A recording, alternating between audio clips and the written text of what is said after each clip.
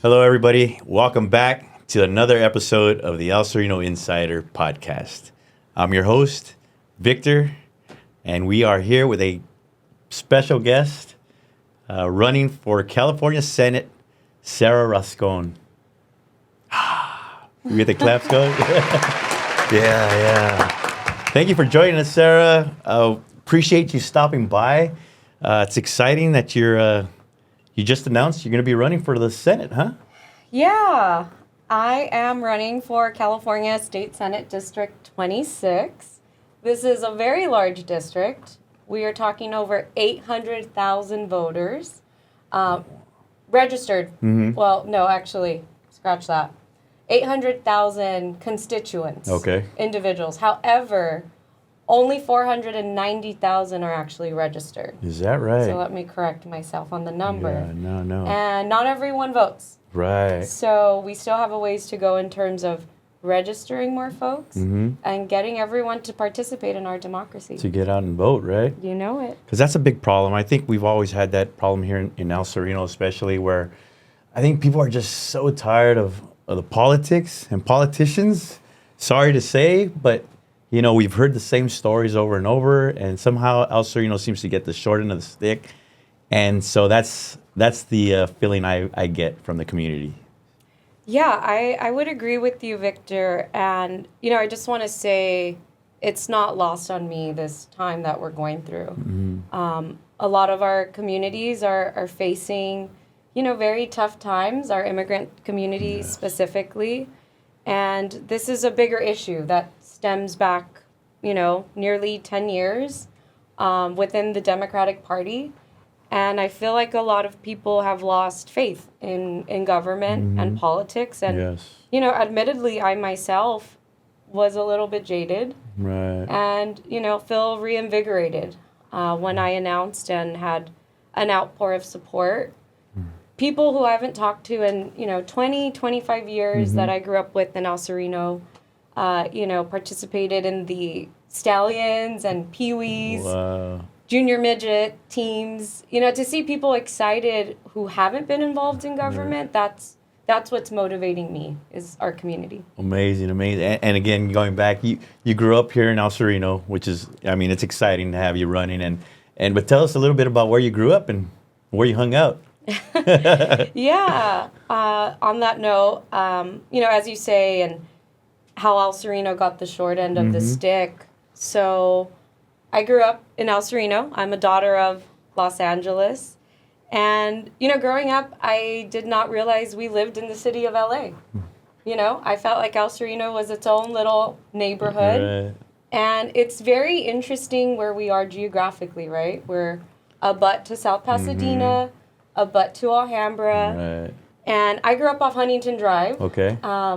El Sereno has a lot of micro Little neighborhoods. pockets, yes. Yeah. Yeah. It's interesting, right? And they're all unique in their own way. Yes. But we are all El Sereno. And very you know? still tight, very tight-knit community. We're all LA 32. Yes, for sure. Right? Yes. Hence our neighborhood council, Yes. LA 32. So I grew up off of Huntington Drive, and I went to El Sereno Elementary. I went to El Sereno Middle School. All right. And I was a traviesa. So my time at El Sereno Middle School was not long. Limited. As I've heard, though, it was kind of the common thread, right? Those of us who, you know, were traviesos were sent to All Saints. All Saints, okay. So then I went to All Saints. Okay. And, you know, growing up in El Sereno, we spent our time at El Sereno Park, but also in our neighboring cities, right? Be it Alhambra, hanging out on Main Street, hanging out at their parks. Movies, their parks. The movie Yeah, theater. they had a great pool there. Yeah. And, you know, why does our community have to leave? Right. Why can't we have... All the good, nice things? Yes. Yes. Exactly. Yes. So, you know, all of these little things that I noticed and acknowledged as a young person, they stuck with me and are part of why I got involved in government. But, you know, like I said, I grew up in El Sereno, attended our public schools, went to our parks, then got sent to All Saints, and I was raised by my grandmother, proudly by my grandmother. Awesome. And she was a seamstress, right? Yeah. So, thank you for bringing that up. My grandmother was a very hard worker. Mm-hmm. She worked in a factory. So everything happening now, it really hits home. Right. And she, as a seamstress in a factory, did not have all the rights and protections that, our labor unions now offer. Mm-hmm. And, it goes back to worker protections, workers' rights, and, me understanding and being grateful for the labor movement, all that they've been able to offer. And in terms of days off, wage protection, protection from wage theft. It's they are an important institution that I wish my grandmother would have benefited from. Mm-hmm. And is that? Do you think that that's part of the reason? I mean, because you kind of grew up, you're basically raised by an immigrant grandmother, a seamstress. Like you said, these are the things that are going on right now, where people need the protection and I mean, does that touch you, and is that part of the reason that you stepped up and said, you know what, it's time for me to run and do something? Or I grew up in a very working class family. We don't come from privilege, and like most people from the neighborhood, right? Yeah. This is our story. Right. It's our community. We are working class families, and I understand that. I've lived through it. I relate to it. I'm still part of it. We all, most of us, can relate to being paycheck to paycheck. And, the reason I stepped up was because I love our community dearly. I've been here serving our community through my work, through public service. And, I think of families like ours. I think of our community, and I want our community's interest represented in Sacramento. Awesome. And that was what's your work experience? Because you have a pretty impressive resume, so what can you tell us a little bit about that, your little background? Of course. Yeah. Yes.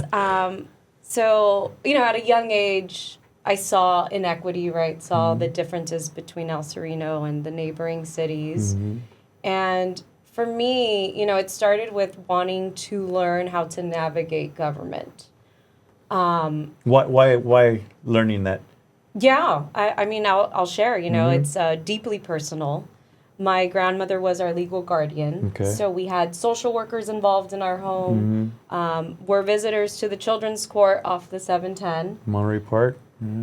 Yeah, Monterey Park. Yeah, that right on the border, up on the hill at the 710. Right. And I realized, right, government is involved in making decisions in our lives, if we get involved or not.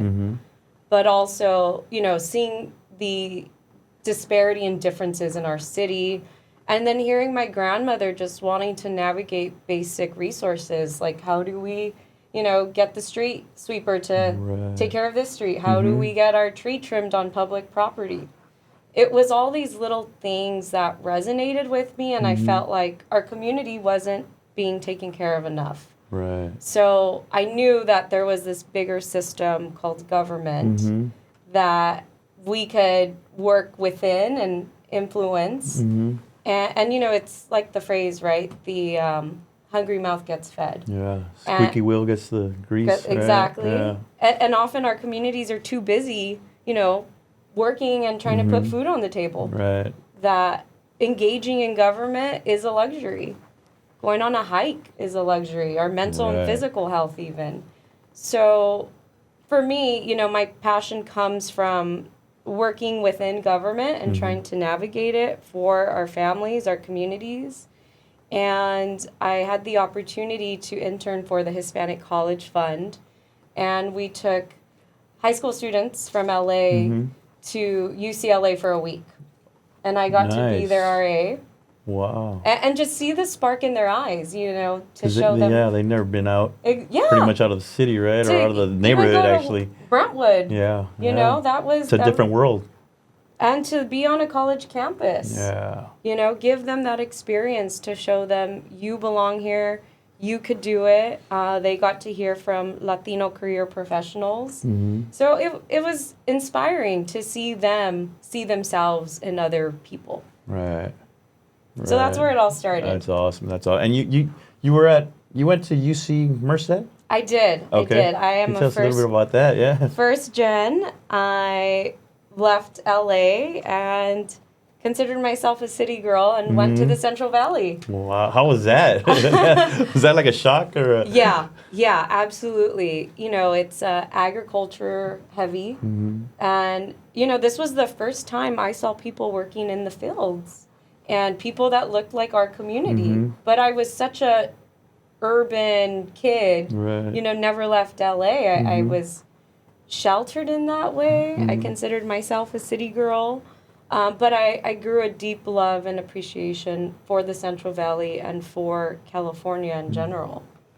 And I learned to love it, I will say. And going to a public university that I had to pay for, and I'm still paying for, it was most affordable, in comparison to a private university.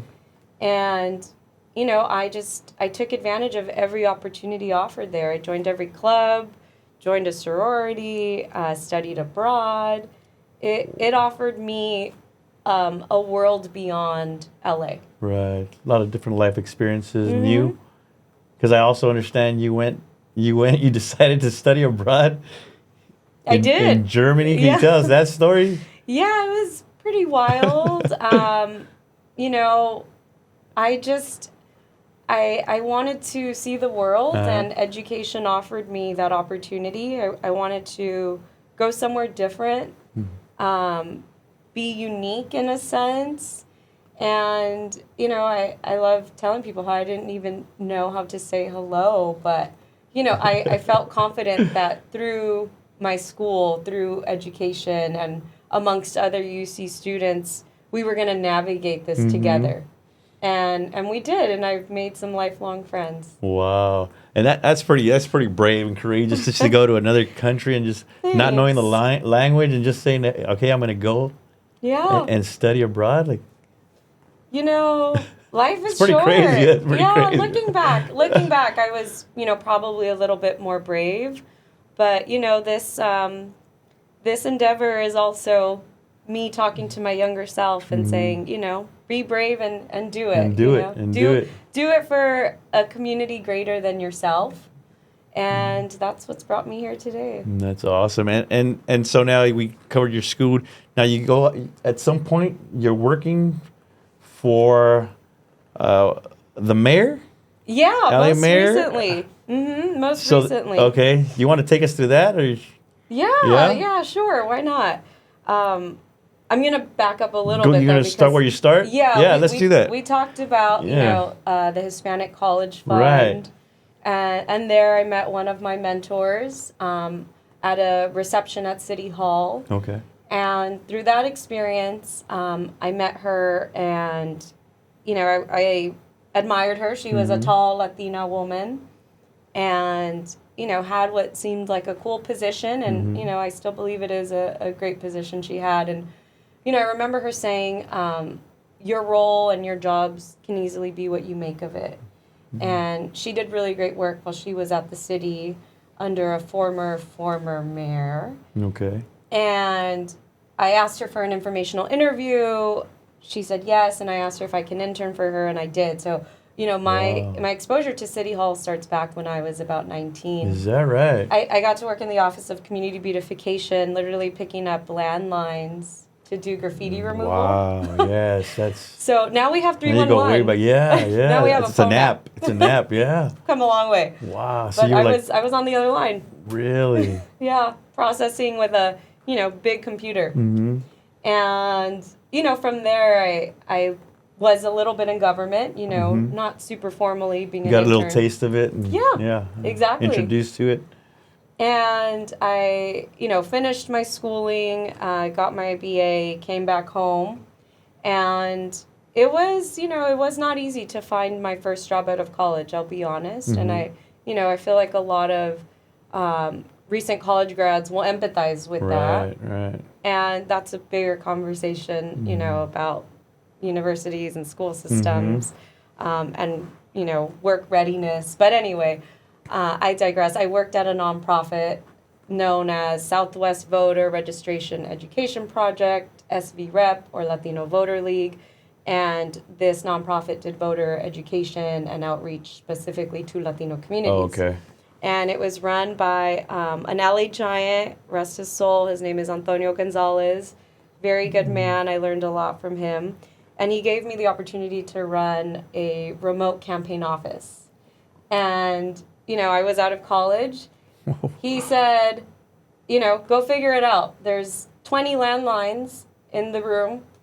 And, I asked him, okay, do you have a number for AT&T? And he said, go look on the box and figure it out. You're going to hire folks. You're going to run a campaign. Go do it. Wow. Just out of college, right?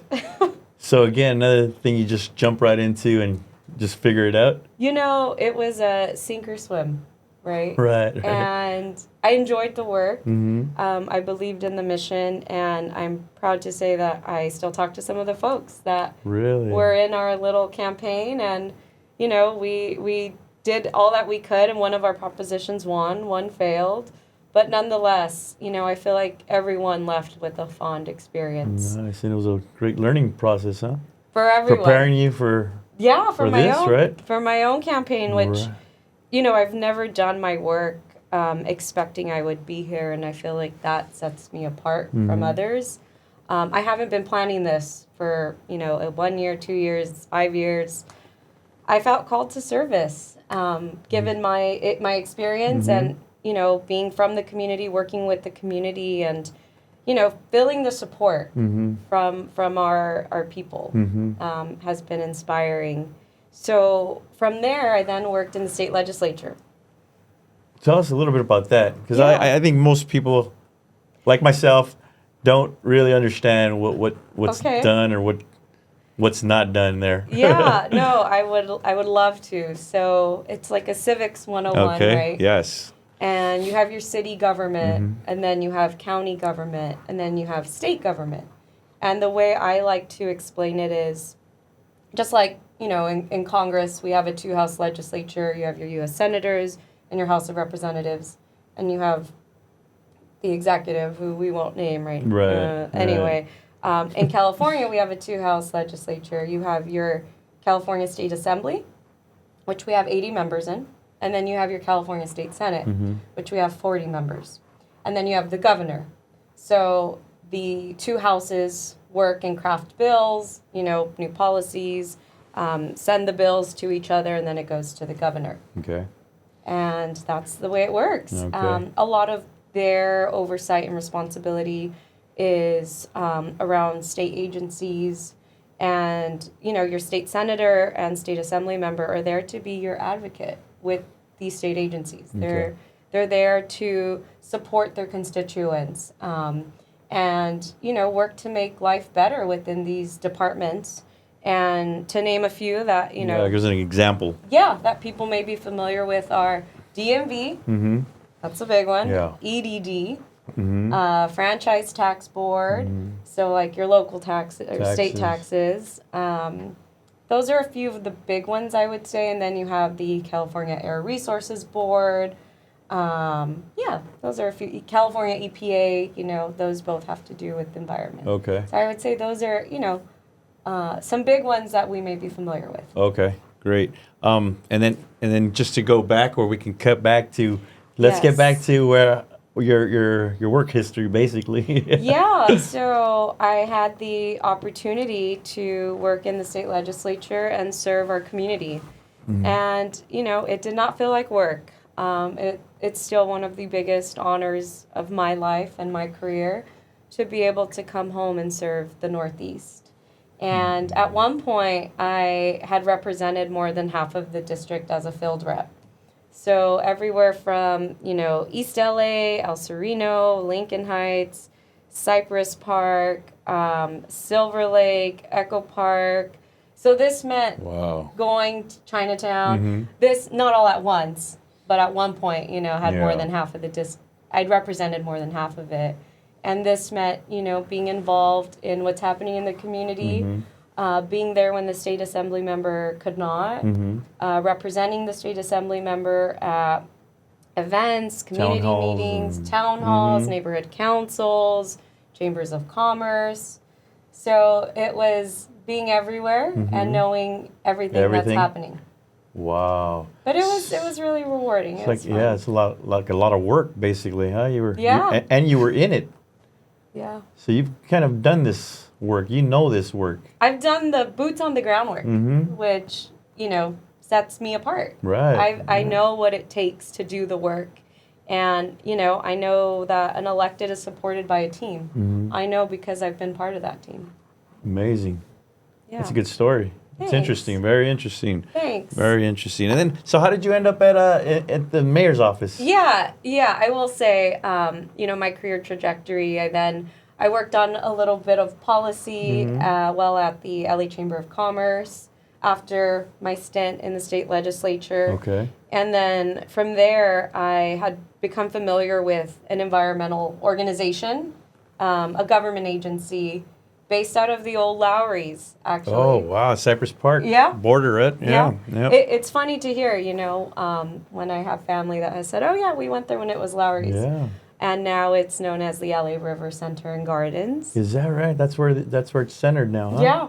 Yeah. It's now a home to various nonprofits that work on the LA River. Okay. And the agency that I worked for almost 7 years. 7 years, wow. Yeah. The LA River. And I got to tell a quick story, man. Please, I used to swim in that river. We had a family friends that lived on Riverdale. Nice. And we would go there on the weekends. They'd have barbecues, Mexican Did you hear style. Frogs, that's why they called it Frog Town. It was just, right? Frogs were everywhere.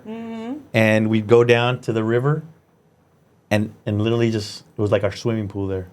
We swam in there. How deep was it? There were some spots that were pretty deep, like you could jump in, and it was a blast. It was fun. And back then, I have no idea, but it was safe. Nothing happened. Yeah. We'd have friends over. Thankfully, because boys in the past 10 years have drowned. Right? Yeah. No, it was safe, and like I said, it blows my mind to think that we used to swim in that water. Pretty cool. Yeah, but I think it also speaks to the fact of we are connected to nature. Yes. We're attracted to it. You asked where I grew up, and I think back to how there was a home at the top of our hill that was a skeleton. Oh, and they hadn't finished it forever. And it was on this hill, and it was like our make-believe, treehouse. Yeah. And we'd go play and just be home before the sunset. But, right. Going back to your story, I feel like, and this is why we gravitate to parks and open space. It's, we want to be near and around nature for it's sure. Calming. For sure. And those bike paths, my family, we've all been on bikes and on that path up to Griffith Park and back. So it's great now. And I think they have kayaking now. Is that right? You were part of all that, right? Yeah. So, I was at my former government agency that does work on the LA River and throughout the region, I'll say, and in multiple counties. They actually work everywhere in, a lot of places in the greater LA area. They manage a kayaking program, which is pretty cool. And, part of my experience was working with the federal government back then to allow us to do kayaking. So it's called, non-motorized boating. Okay. So, kayaks. Paddle. Yes. Yeah. Non-motorized for sure. Yeah.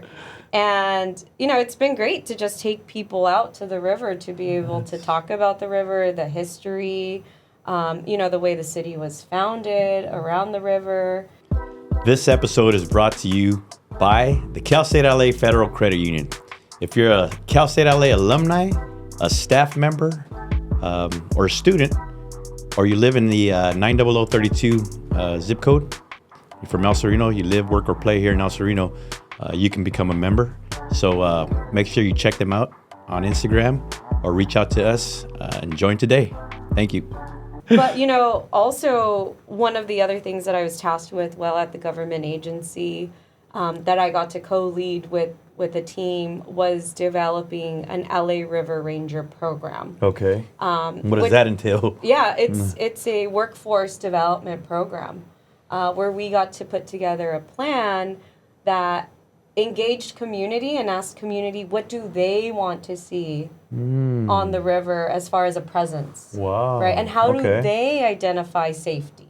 Right. And because they live there, they know best, right? Yeah. So we, did a lot of engagement and outreach with local communities, and those that didn't have high participation, we, went back and made sure to get input. Really? So looking at a lot of, data, collecting input from the community.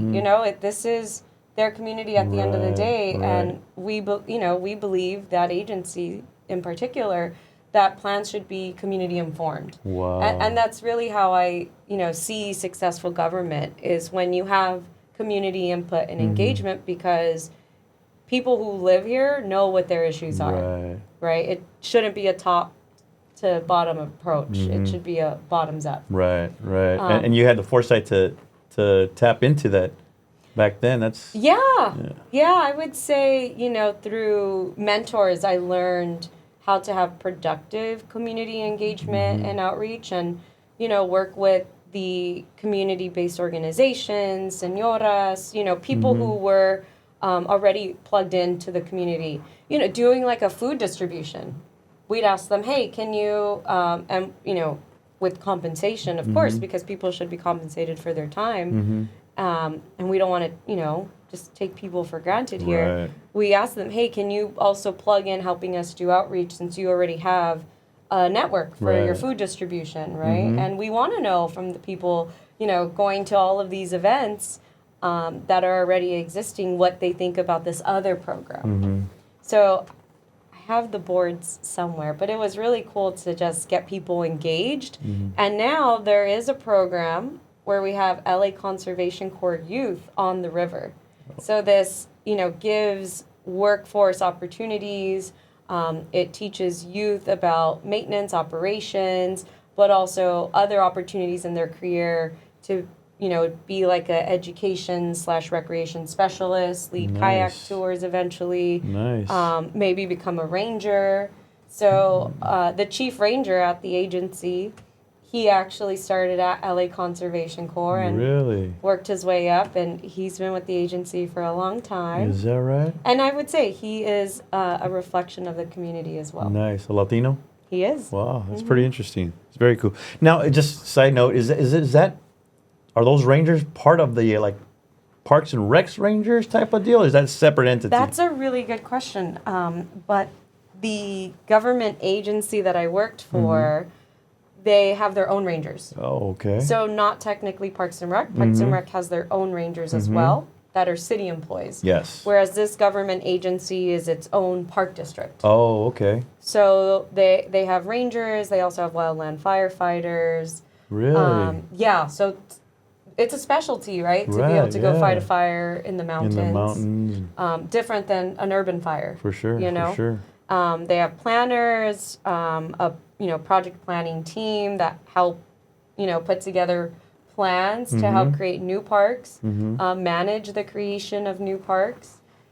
It's a small but mighty operation, I'd say. For sure. That's pretty interesting. Yeah. There's a lot in there. Yeah, they do a lot. Yeah. And they do good work. That's awesome. And I'm honored, to have had a role where I was leading environmental equity and also tribal equity.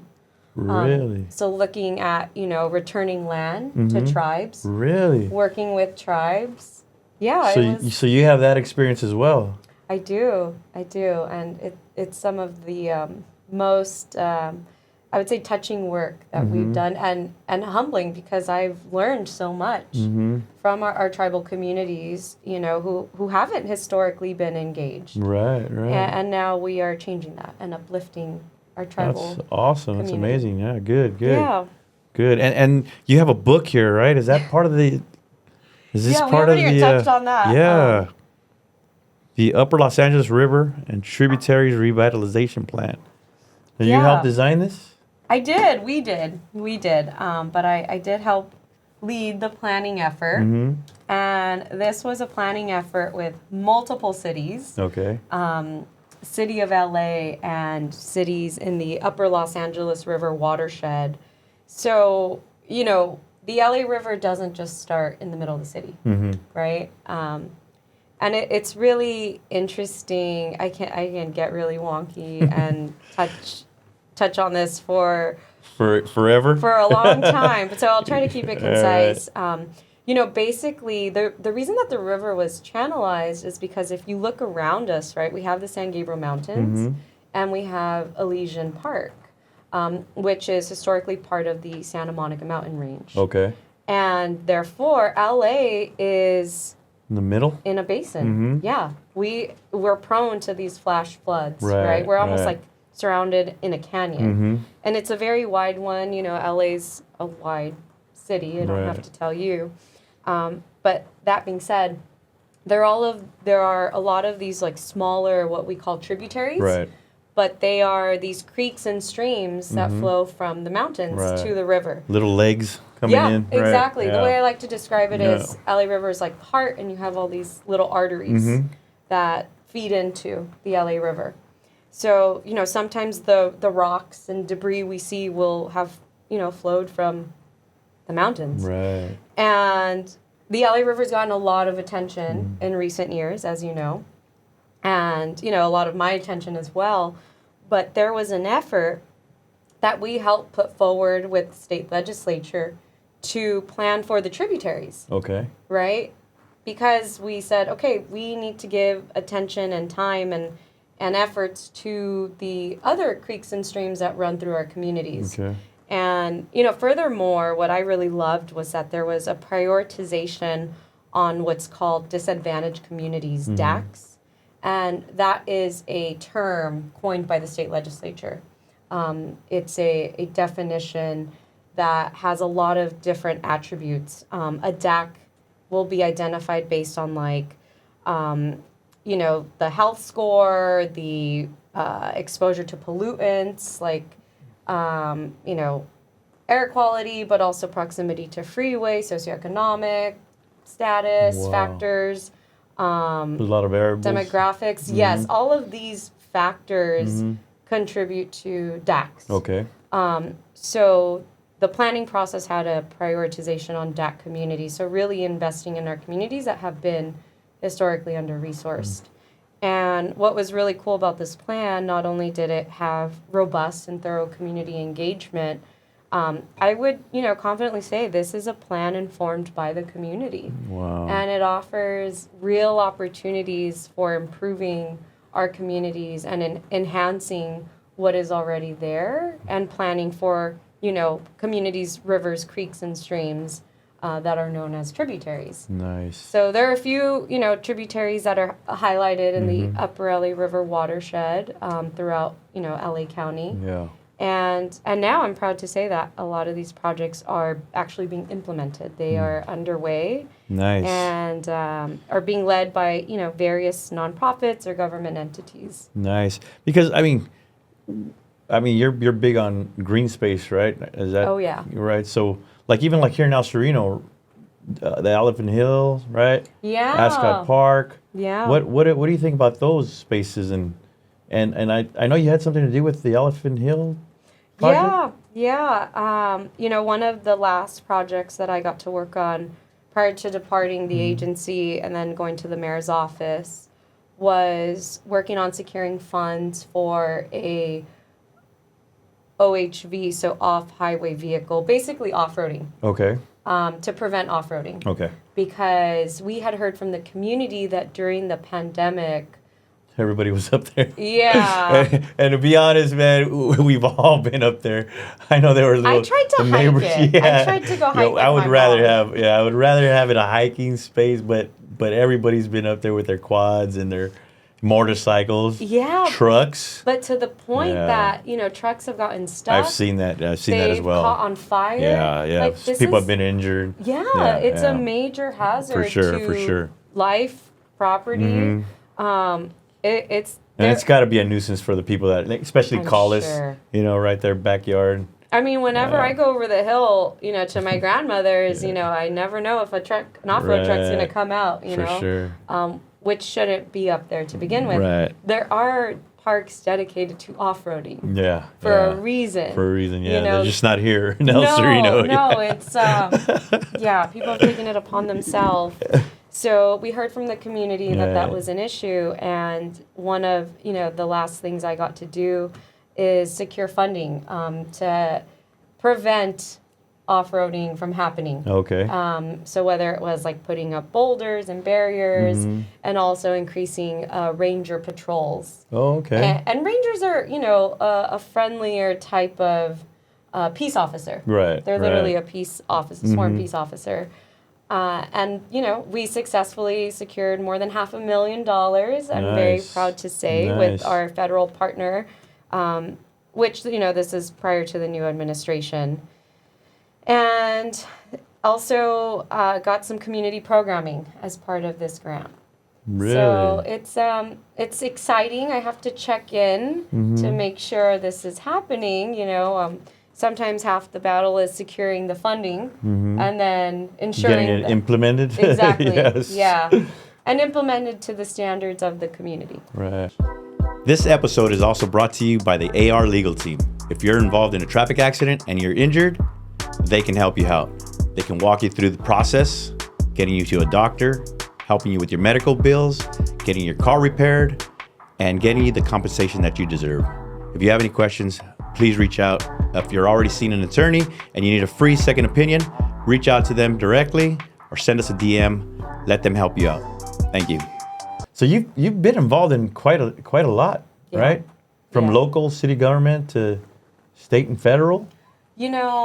I really love the Northeast. Yes. I love our community. It's so special. For sure. It's so diverse. It's just, I love it so much that I decided to run. I don't want to see our community sold to big corporate interests. I'm here for people. I come from the community, and that's who is going to be at the forefront and center of my campaign. Amazing.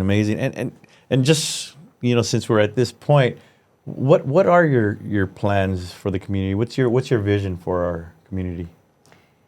Yeah, that's a good question. And the way I have led efforts have been community driven. And I would like to see more of that. I would like to, better inform our communities what a state senator does, what resources are available. So being aware, being present of everything happening, being in the community, but also having an open door policy. This seat is for the community. That's whose interest I have, in my heart and at the core of this campaign. So being available, but also, potentially putting together what I would like to see as like a community advisory committee for each neighborhood. Nice.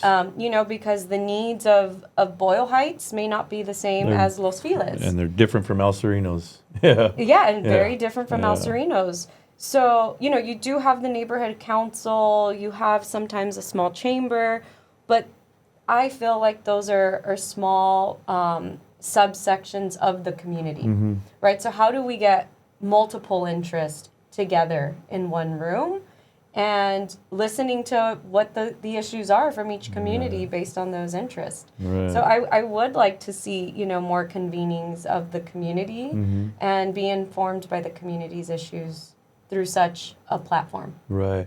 And so what is your stance right now on the houseless situation right now? Yeah. And what we're going through, like. Yeah. I mean, I think housing affordability has affected all of us. At least all of us working class families and people in the community. And, I've seen it firsthand. We need a diverse array of housing. We need it for our aging population. We need it for the unhoused population.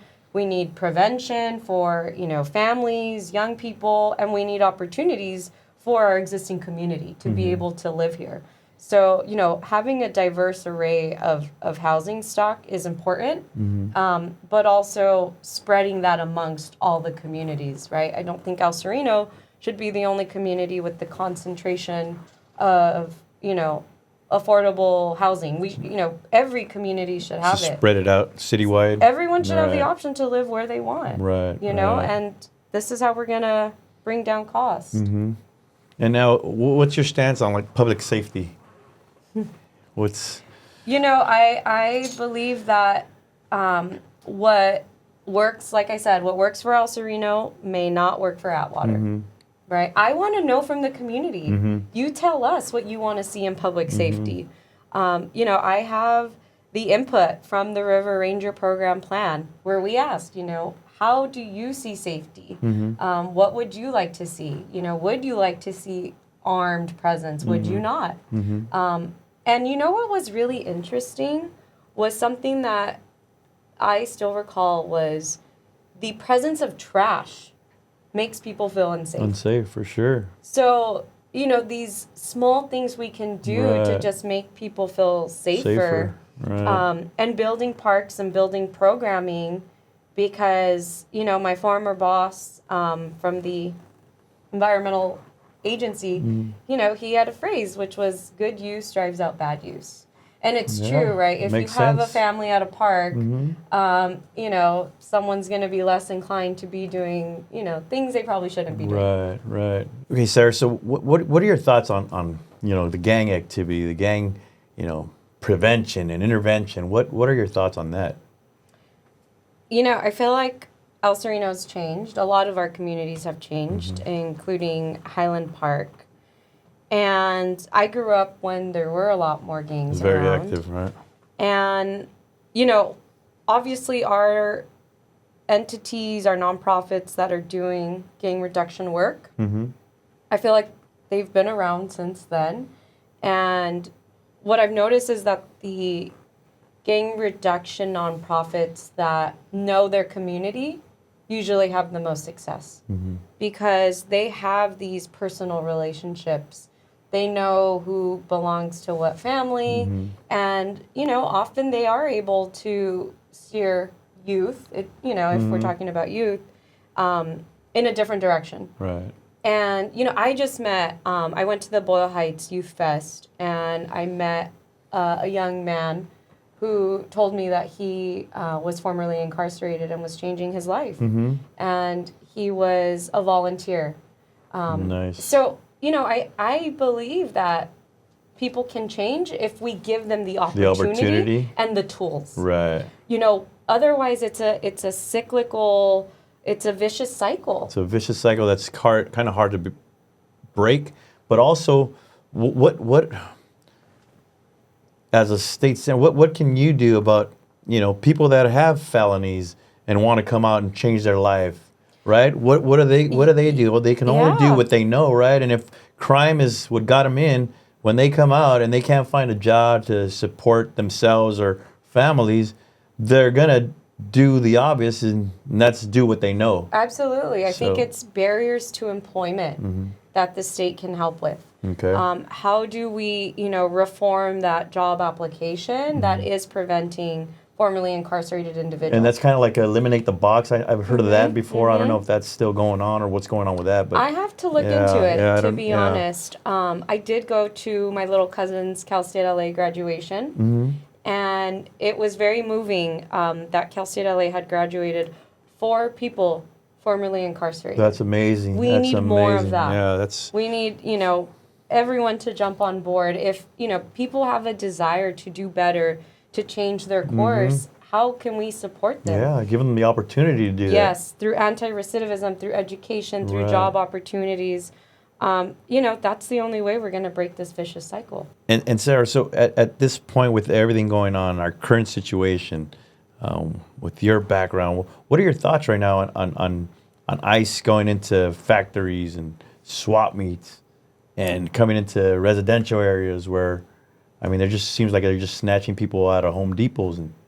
Yeah, I feel like we share the sentiment that our hearts are heavy, and it's an extremely tough time to think about anything else and, try to work and be focused when this is happening.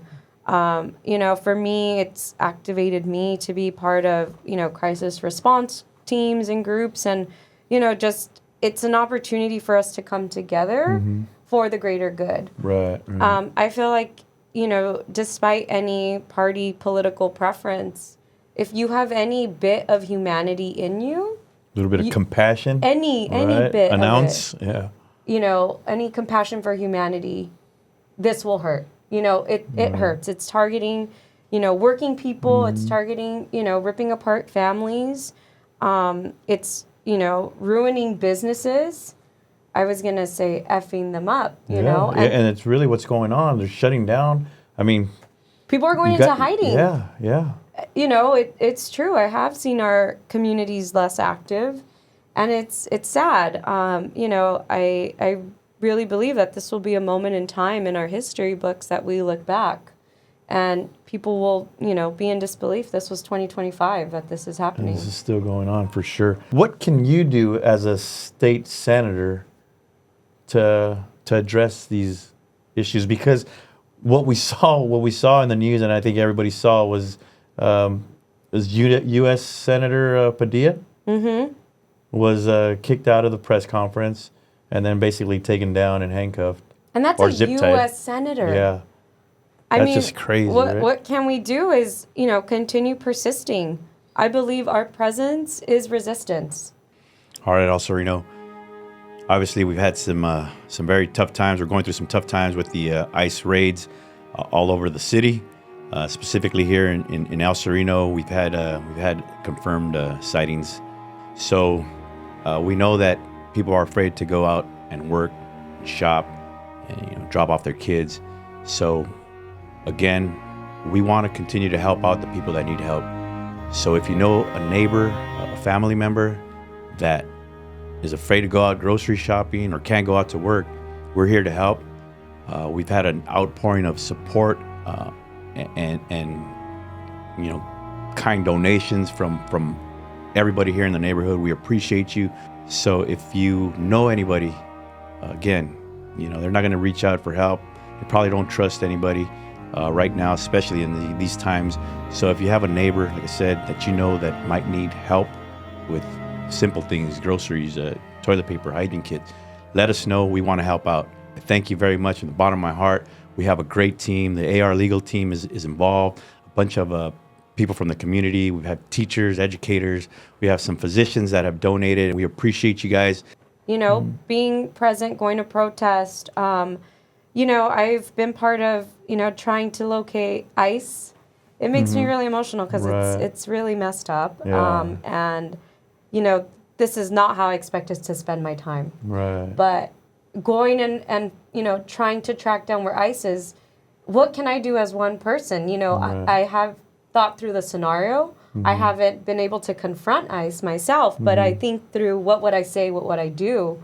And the least I can do is be there for someone getting detained. Right. Read them their rights that I know that they have.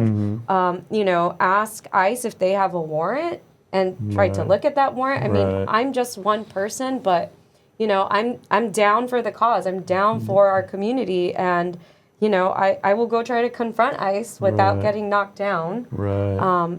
But be there for our community. It was really moving. I'm going to share. The first protest was, I want to say, last Friday. I've lost track of days. And this is when, at the time, you were able to walk down to the federal detention center. And it's a whole block, and it's since been blocked off. Is that right? By law enforcement. Wow.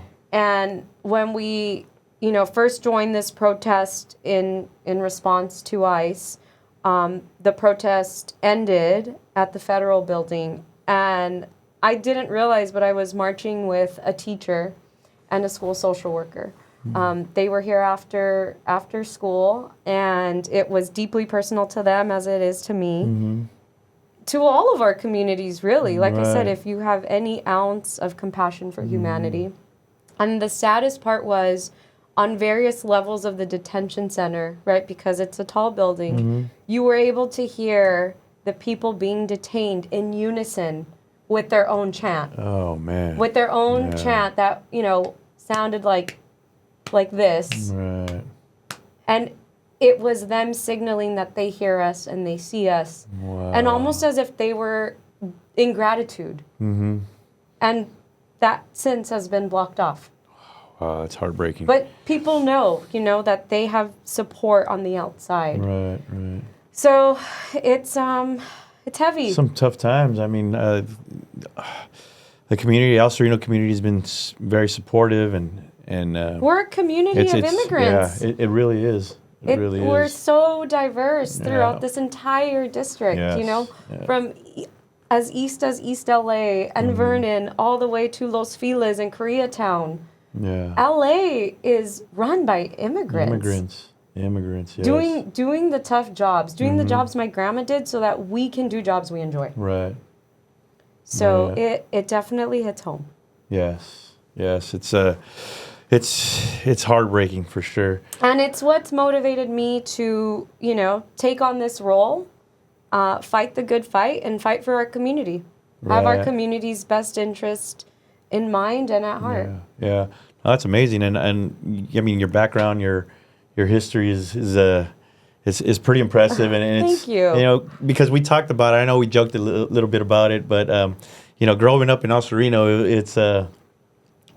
It's tough. It's tough. It was tough in the 90s. And then we goofed around. It's very true though. It's you had to try to get out without being a chola or without getting pregnant, basically. And that's okay if right? we love our community. Yeah, for sure. It makes up the fabric of El Sereno. For sure. And it builds character, man. It just yeah, for sure. I mean, look, I was, anyone can attest. I was a, traviesa kid. So I'm proud to see me here today fighting for our communities and investing my energy to do the right thing. It's, for a purpose bigger than me. It's for all the kids that grew up on the East Side during the 90s. It's for our immigrant families. It's for our working class. It's for a bigger purpose. And, just so we can see representation that understands our issues and relates to them. Right. While I've worked in government to try to figure it out and navigate it and, work with city partners, state and federal, figuring out how to bring down resources and amplify our communities. I'm not a politician. Mm-hmm. I'm just someone who has worked in service. Right. My entire career. I'm passionate about it. I, love to serve, being a public servant, and, I'm seeking to serve in the highest capacity. There's a phrase in Spanish, right? Para servirte. Mm-hmm. To serve you. To serve you. That's what, our people say at restaurants. Right. It's in our blood. It's simple and so meaningful, right? It's genuine. Yeah, for sure. For sure. That's amazing. And before we wrap it up, what are some of the things you do for fun right now? Right now, because because I heard you used to go down to like TJ and Rosarito, and like all of us did. Not so much anymore. No, just no pure more work. papas and beer. No more papas and beer. What is it? Is there anything that you enjoy doing? I used to be fun. My energy's been very focused in the last 10 years. But I do enjoy hiking still when I can. Nice. Deb's Park is in our backyard. Oh, I love that park. Ascot Hills is really great as well.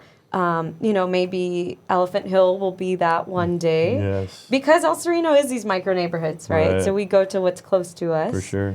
But I also am an avid now bike rider and participate in Ciclavia. Oh, nice. And we touched that. You're a big part of that as well. You're on the commission? On the board. On the board, okay. Yeah, Ciclavia is, throughout pockets of LA. And, it's a reclaiming of the street. That's such a beautiful Streets are event. not for cars, they're for everyone, right? That's such a beautiful event. I mean, my family's been out there. We ride our bikes. People are out there on skateboards, on roller skates, walking, hiking. I mean, not walking, hiking, jogging. Yeah. I mean, you can hike our streets too. It's so awesome. Yeah, it's amazing. We have a great time. hopefully we can try to get it, touch maybe a little bit of Soto, Huntington Drive, Yeah. Eastern, I don't know. We got to work with, usually work with the local council office. Okay, we'll talk to Isabel Jurado about that. Yes, absolutely. She's new in office, so this is an opportunity for her to bring Ciclavia to her districts. And, it's been really transformative to see a street like Central in South LA. Mm-hmm. That's normally heavy traffic, right. Closed to vehicles. Right. You see your city in such a new light. Yeah, for sure. You discover new little restaurants and bakeries. Right. I stumbled upon a bakery owned by a former Olympian.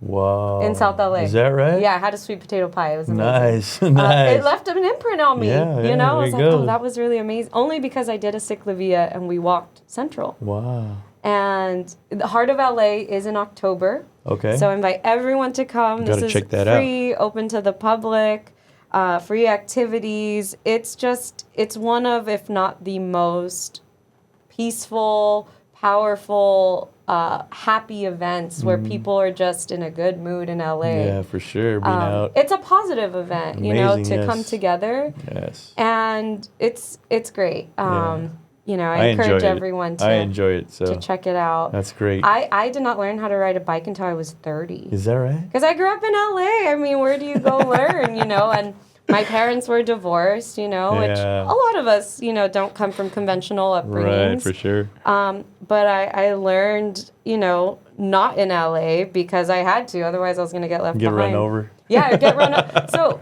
we need more spaces, we need definitely. community school parks, schools to open up so that we can, learn how to ride our bike and just have safe spaces. Yes, I agree. You know what? Is there before we wrap this up, and we're limited on time, so we appreciate you stepping in and visiting us and sharing your story. I think it's a great story. You're a homegrown girl. You're a home girl from El Sereno, and it's like, what a great story. Like your background to where you're at now and where you're headed. So it's pretty amazing, and thank you for being a part of this. Is there anything you want to say before we wrap this up? Para servirlos.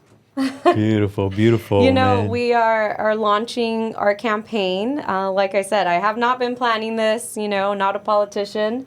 I felt called to serve for a greater community than me.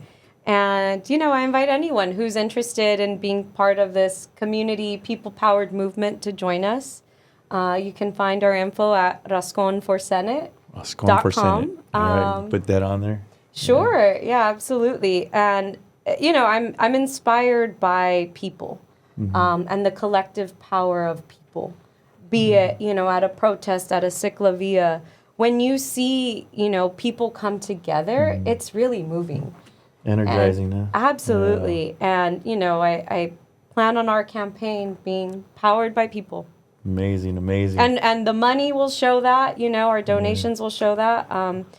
This is not a corporate interest campaign, not mine. Mm-hmm. Running a people community-centered campaign. So people can donate and they can find Absolutely. It's going to take all of us, 1,000 donations of $25. I for sure at least know 2,000 people. But this is a necessary part of a campaign to reach that many voters, right? We talked about how the district is over 800,000 residents. 490,000 voters. So we have a lot of folks to reach, and we invite everyone to participate. Beautiful. There's a space for everyone, and multiple ways you can help out, be donate. part. Yeah, exactly. Donate your time, be involved. Social media. There's so many different ways that you can participate. Right. And just to real quick clarify that you're basically running like the grassroots and I am. And mom and pops and neighbors. You're not taking money from corporations, right? These special interest groups, and that's you're standing by that, huh? I am. That's amazing. Well, that's a great story. Okay, I want to thank you guys all for tuning in once again to our El Sereno Insider podcast. We appreciate you tuning in, watching, subscribing, sharing. Please share any of your comments. Hit the like. Yeah, hit the like. Yeah, like, share, and subscribe. We appreciate you. We appreciate Sarah coming in. Thank you so much. Thank we you wish for you the best of having me. luck. Hopefully, we'll have you back in here soon. Talk a couple of couple of more issues that got going in. Hopefully, Yeah. your victory party or something like that. The election is not till June 2nd, It's 2026. Hey, it goes by pretty fast. That's what I hear. Yes. So we look forward to your campaign and seeing you out hitting the streets. So thank you so See much you for out joining there. us. Thank you guys for tuning in once again. We appreciate you. Good night.